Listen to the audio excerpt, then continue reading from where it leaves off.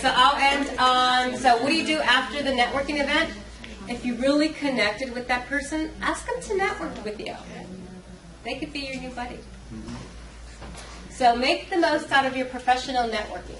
So you find, build, and nurture relationships. It's quality, not quantity. Why do I want 20 business cards for one event? I'd rather speak to 5 people and have substance, and then regroup with my people. Maybe you expand your. It's better to have a really good circle of friends and networks and colleagues. Relationships are about the people you know and trust, and who you can rely on to help you when you need them. So I could call Frank and say, I'm doing this event, can you help me promote? Based on a relationship that we developed through networking. Relationship building. It's not, again, not about quantity, but quality. So some of the things that I do is I send an article. I know I sometimes send emails to some of my friends and say, hey, I saw this posting, I saw this event. This is similar to something that you're doing. It could be better, it could be not, but it gives you inspiration. Send a random email and say hello. I was thinking about you. How many times have we received those emails and it just really makes our day? Because someone was actually thinking about us. Or instead of texting, just pick up the phone and call. I was thinking about you. You've been at top of mind. Shame on me. I should have reached out later, but still do it because it's that personal touch. It's you that you're exposing. Another thing is, again, invite them to the next event. I'd like to invite Stephanie to my next event because I know she had a great time here. I can now meet all her connections. And what Jules was saying and stressing is first impressions matter. When you're in this digital age, we all know that whatever we put out on Facebook is indicative of what we do. So those pictures, it's good to post, do selfies, and little kisses, but really, what are we putting out there? So I tend to keep my image really clean. You randomly ever see me with a photo with a glass of wine, I do hide it behind me. Even when I'm on I go to an event with my boyfriend. We don't hug at the event, we may touch hands, but it's the professional me because I respect myself and I want to be independent and I want people to know that it's Olivia, not Manny's girlfriend. Does that make sense? Yes. So, and then again, going back to Jules, handwritten anything is really great.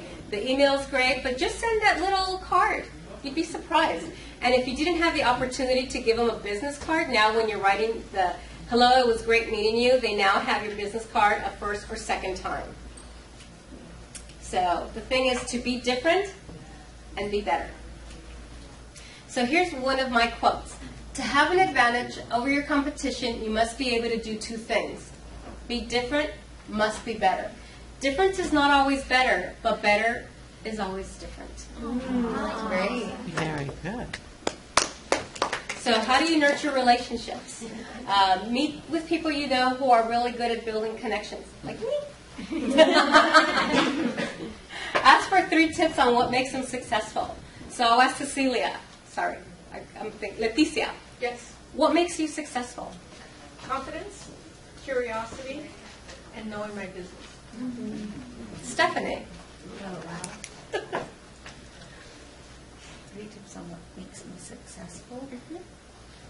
Perseverance, determination, and my kids. Gilda. Genuine, passion, perseverance. Eddie. I'm sorry, what was the question? That's what you got. Got me. Tips. Ask for 3 tips on what makes them successful. What makes you successful? What makes me successful? I am a great listener. And I know when to listen and not speak. And someone here. Brianna.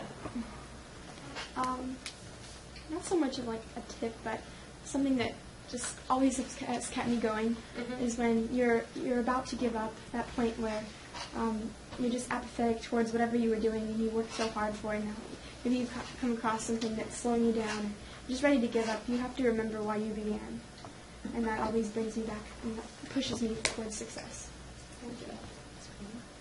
So another part of nurturing, build your relationships, expand them, invite them where you go.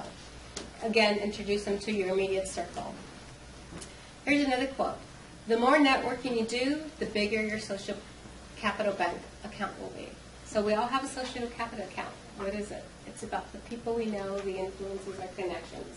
We can weed out a lot of the people that we don't want in our circle. You could see them at events, and that's great and dandy. Acknowledge them, recognize them. You can talk with them for a minute or two, but always still have the courtesy. Don't shut someone because that one day when you need someone, that might be the person you might end up calling. So, authority figure. So now that we spoke about the before, during, and after, and what makes us really great, let's talk about being an authority figure. So what is an authority figure? It could be, well, I define it as someone who walks into a room and knows half the people at the event. So you can walk in by yourself gracefully, greet half the people. You will be surprised how many people will turn heads because someone has just walked in the room and they know everyone in the room, or half the people. So again, when you attend an event, own it. Be the host. Introduce people. When you walk in, go, hi, I'm Olivia. I have done that a number of occasions, and they think I'm the event planner. So introduce yourself to others you don't know. That's a good thing. So, hi, Donald, I'm Olivia. How are you? Pleasure meeting you. Welcome. So reach out to people, especially people who are like in the corner by themselves or hanging out, by the food a little bit too much. Just be yourself. So, authority figure. Others will seek you. Hi, I want you to meet. We just came together, Cynthia, and I want you to meet Beatriz. Beatriz owns this radio shop. She has a radio show, and there's something that I think you two can do together. So let's go over. I'll introduce you, and then you can talk about your endeavor, and maybe you could be on the radio. Then we have Isatel. Then we have Azucena. I'm just doing this randomly. Azucena is doing this nice golf tournament, and it'd be great for you to present your products. You can either do a gift basket, but I want you to meet her only because I think you two have something in common. That is how you connect people. Think about what they do, what you've seen them do, what they volunteer. It could be a cause, it could be a business, it could be anything. So always make sure that it's about the other person and not you. So, an authority figure. I get emails on LinkedIn. For example, I got one from Christian the other day. Hi, Olivia. I hope you are well. My friend and former colleague is interested in the NLB and is interested in speaking with a member.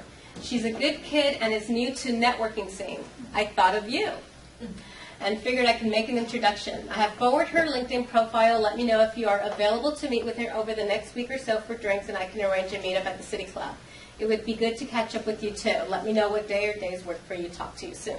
So those are things that people send to me. They know about the organization. They know that I network. They know that I can help bring the person out or introduce them to the city or to my group of networking people. Here's another one. This we just connected a couple of days ago. And so the message says, hello, Olivia.